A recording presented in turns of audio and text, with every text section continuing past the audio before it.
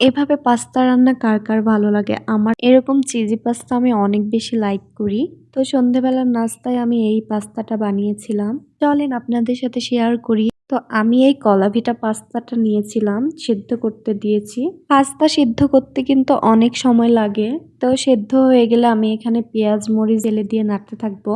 পর লালচে ভাব হয়ে আসলে আমি এখানে ডিম ফেটায় রাখছিলাম, এটা দিয়ে দিব। তারপর বেসিক মশলাগুলো দিব। লবণ দিয়েছি, একটু মরিচের গুঁড়োও দিছিলাম, আমার অনেক ঝাল পছন্দ তাই। সয়া সস আর টেস্টিং সল্টও দিয়েছি। এবার চুলার জাল অনেক বেশি করে দিয়ে অনেকক্ষণ ধরে নাড়তে থাকতে হবে। এরপর আমি চিজটা দিয়ে দিব। মোজারেলা চিজ আমি এখানে ব্যবহার করেছি। চিজটা কিন্তু অনেক ভালো, একদম অরিজিনাল চিজ। আর এই তো আমার পাস্তা হয়ে গিয়েছে। তবে আপনারা খুব সহজে বাসায় পাস্তা তৈরি করতে পারবেন, আর খেতে কিন্তু অনেক মজা হয়। রান্না শেষ, এইবার টমেটো সস দিয়ে পরিবেশন করার পালা। কেমন লাগলো আমার এই ছোট্ট ভিডিওটি সবাই কমেন্ট করে জানাবেন। আল্লাহ হাফেজ, সবাই ভালো থাকবেন।